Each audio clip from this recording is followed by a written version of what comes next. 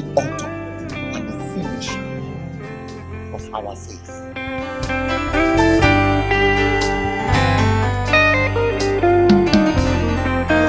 Jesus said, upon this rock I will build my church, and the gates of hell. Peter had already entered into a covenant. So when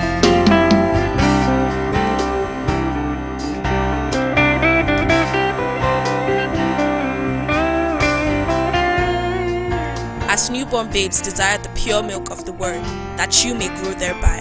Be enriched in the spirit as we begin practical Christian living with Senior Prophet G.F. Adetuberu.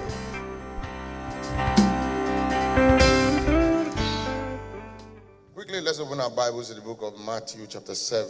I'm going to be reading from verse 7.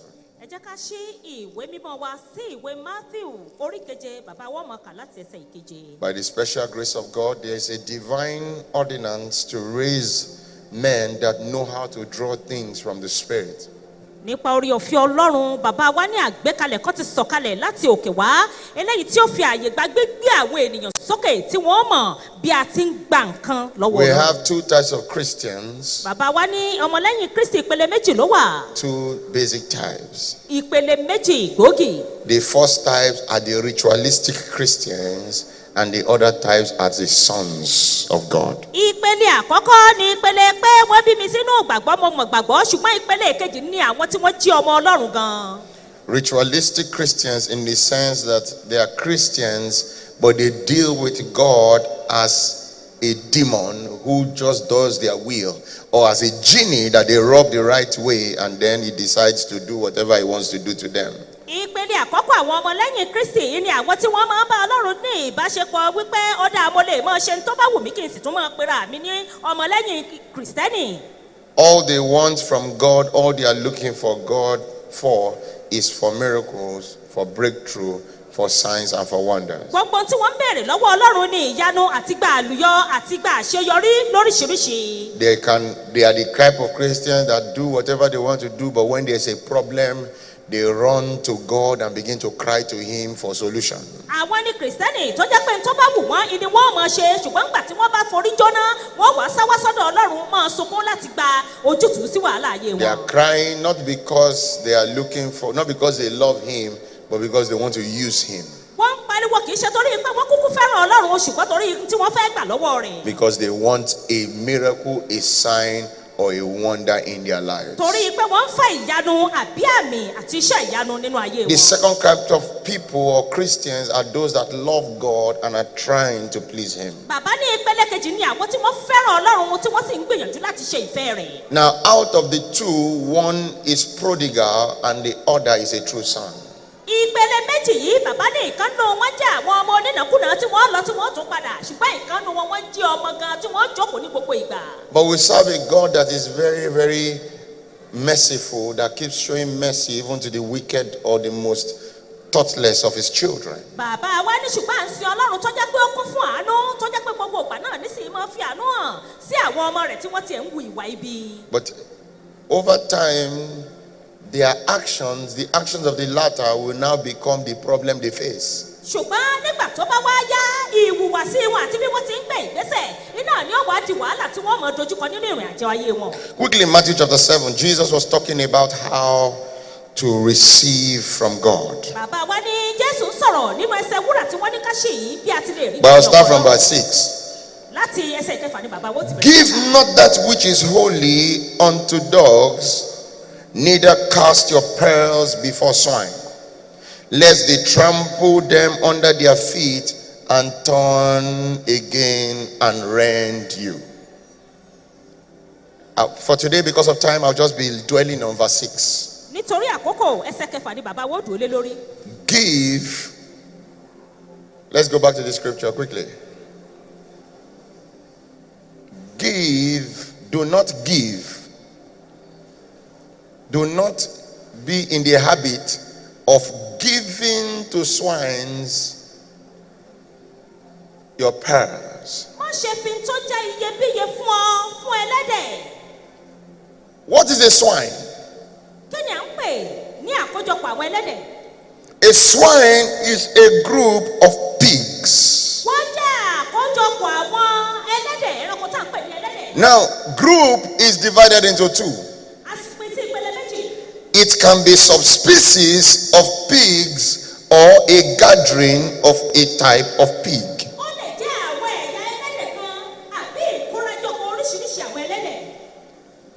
There are two animals that God used to represent human beings in this scripture. Two particular type of animals.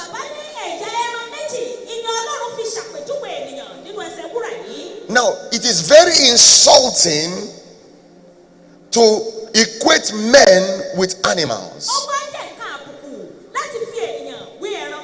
But the type of animal and the characteristics of the animal that is used to represent man can be either a blessing or an insult, can be either a praise or an abuse.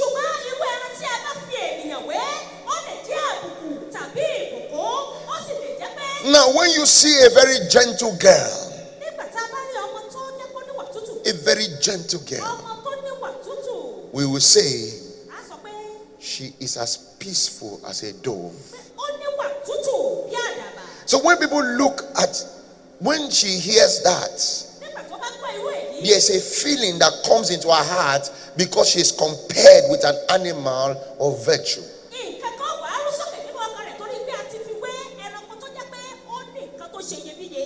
But there are some kind of animals that when you are represented with as a human being, the insult meter in your heart goes to 100.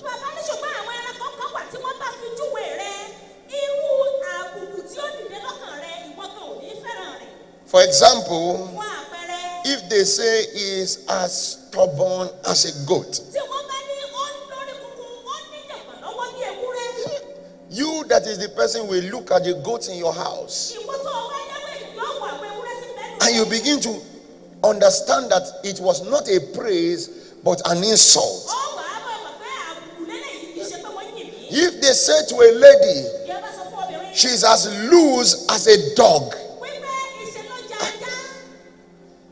she will meditate that she's being insulted. She will think about that dog in her house and how many male dogs she has caught with the dog.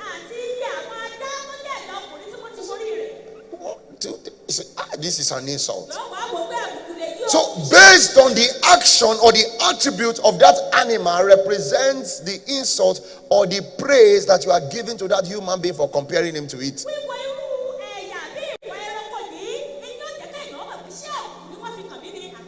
Now, if you have a red-lettered Bible, you will understand that Jesus was the one that was comparing some human beings to the filthiest of creatures.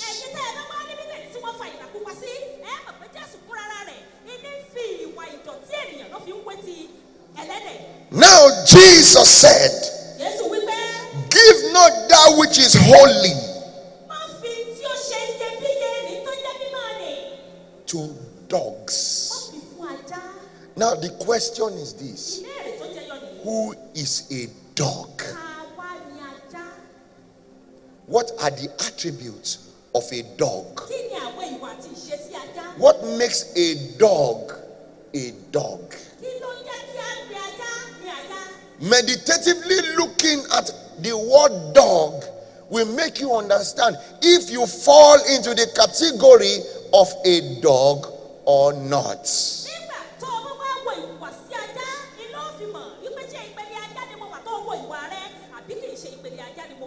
Now, Jesus was not a man.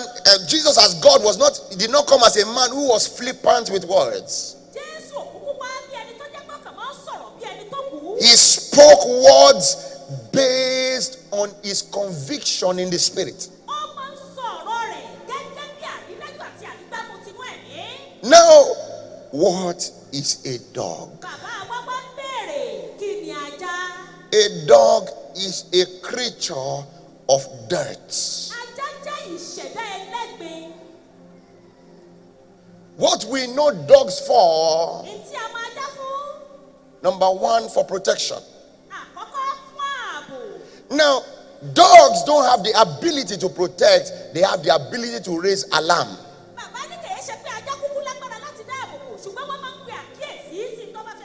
The reason why dogs are kept is not so that they can bite. ìdí tí a fi ń ṣe ajá kọ́ ni pé kán lè gé èyí. Because how many dogs, how many people can you bite? bàbá ní èèyàn mélòó gan ni ajá kan lè If they bring a gun to the house and there's a dog there, can the dog do anything? bí wọ́n bá mú ìbọn wọlé ṣájá lè ṣe nǹkan kan bí. Gun is as dangerous over the life of a dog as it is over the life of a man. bàbá ní bí But what a dog can do is to raise alarm. bí ìbọn ti léwu lórí ẹ̀mí èèyàn náà ló léwu lórí ajá ṣùgbọ́n tí ajá ọ̀ṣẹ́ ni pé yóò tètè pe àkíyèsí àwọn èèyàn. Once the dog starts shouting, tó bá ti di pé ajá bẹ̀rẹ̀ sí í gbó. whoa, whoa, whoa, you are able to call for help. ẹ tètè pè fún ìrànlọ́wọ́. Number two thing a dog does, ìkejì tí ajá máa ń ṣe. a dog has no value. ajá kò ní nǹkan iyebíye. No value for anything given to it. kò sí nǹkan kò lápọ̀lé fún nǹkan kan tẹ́ ẹ bá fi fún un. In the Western world, they will things to dogs. ní àwọn ìlú tó ti lajú wọ́n máa ń kó ogún fún wọn. wọ́n máa ń jogún. A woman that didn't have, that had billions of dollars, obìnrin tó bá ní ọ̀pọ̀lọpọ̀ owó but had no children, tí ò sì lọ́mọ can just write will of $1 million to yóò kàn kọ ìwé ogún rẹ̀ yóò lóun fún ajá. Ogun's meat. Now, when he begins to write that will to that dog, does the dog know the value of what he's getting? Now, a dog does not have value for anything ajá ò mọ yìí nǹkan kan because he never knows the worth. torí pé kò kúkú mọ yìí nǹkan tẹ́ ẹ fún un. Now, when you put a dog, now the scripture was not talking about the dogs of nowadays. ìwé mímọ́ sọ̀rọ̀ nípa àwọn ajá ti sìn. The dog of nowadays is created by man's engineering, by Genesis, àwọn ajá geneticists. sìn ó jẹ́ àgbékalẹ̀ àti ìdánkápọ̀ ìmọ̀ sáyẹ́ǹsì tàwọn èèyàn.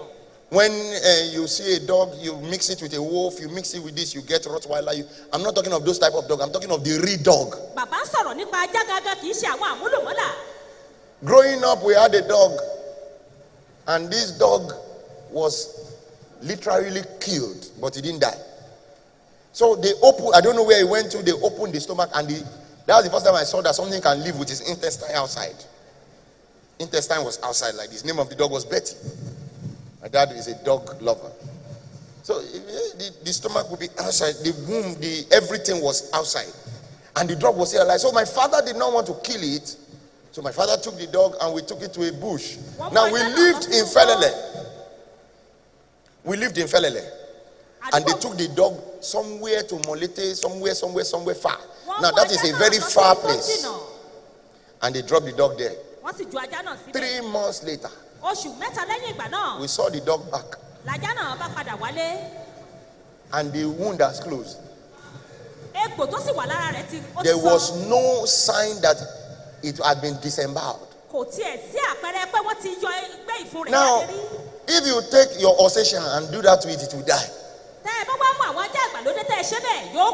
Your Rottweiler, you do that, it will die. Now, those dogs are bigger and stronger, but they don't have the resilience of a local dog. And another value, another thing Jesus was talking about dog in the life of dog is that dogs are very resilient. They are very what? They are tough. They don't change. Listen to me as you are. The moment you find yourself being so rigid that you cannot change, excuse me, sir, sorry, Jesus said you are a dog. Not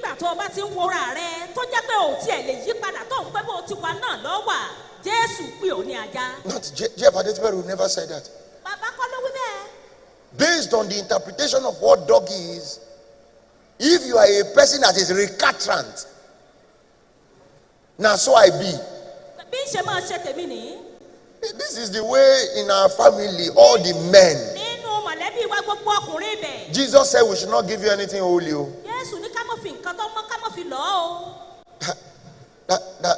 Sorry, that you are a dog. Another thing that dog does is dog does not know the value for his intimacy.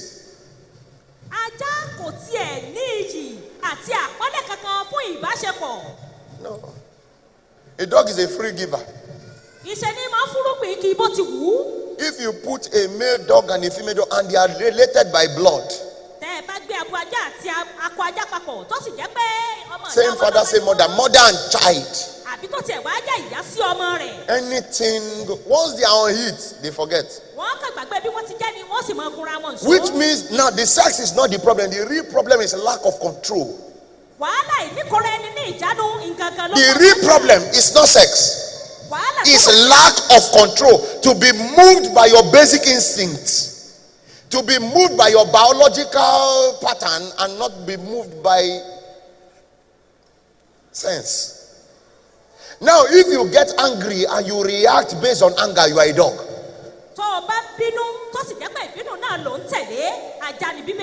Which means that you cannot control your natural impulses. Because dogs are slaves to their biological formation.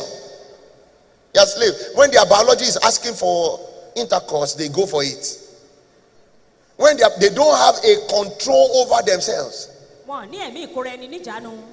remember I told somebody many years ago, I was talking to a lady, a sister, and I said, this person at the time was always promiscuous, always.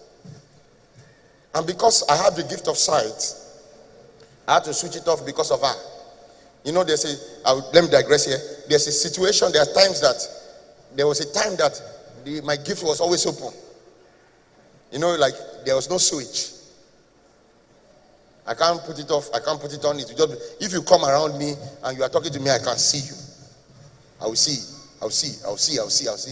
But over time, I learned to switch it off because there are some things I'm not supposed to see. So anytime, and she was, at the time she used to come to church. And the moment she gets to church, she just wear her clothes, and she could sing. She just start, everybody, the anointing is flowing. But when I look at this sister, I say, in the office, in the car, I'll be watching at the point I called her, I said, sister, something, what is wrong with you?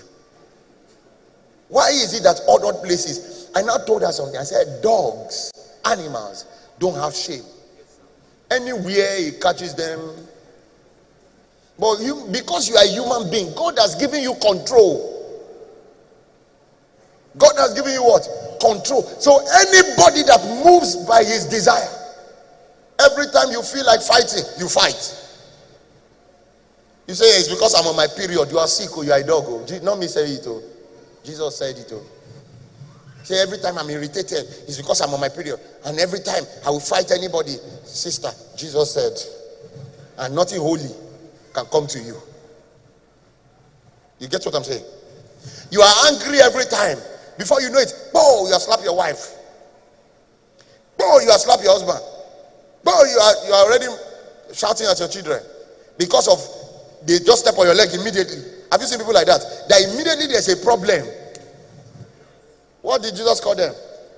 Why? Because they don't have control. Everybody should have a switch. It's just like, for example, somebody should give you a car. The person say, you are wonderful. I love you so much, but I will give you a car. And you see this car. And when you look at it, the car is made of gold.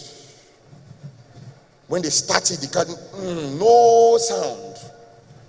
The car, you know those cars that at the back of the this in water will be coming out. It means that the car is silenced. Then you see the leather. They tear the rubber. No rubber has been torn. You are the one that will tear yourself. You look again, you see the seat leather. You see television on every corner of you say this car is beautiful. You say, I love you. You now ask the person, but what is the problem with this car? He said, there's no problem, sir. No, everything is fine. The only thing is that it doesn't have brake. No, it's nice, so it's fine, no. But the only thing in this car, the only problem is that, sir, there's no brake. Will you collect the car? Now, the only reason you will collect the car is to make it a museum. You cannot use the car because the brake is the life. The brake is his preservation. The brake is his future. The brake is his help. The brake is everything about the car. A beautiful car without brake is an accident, is a coffin.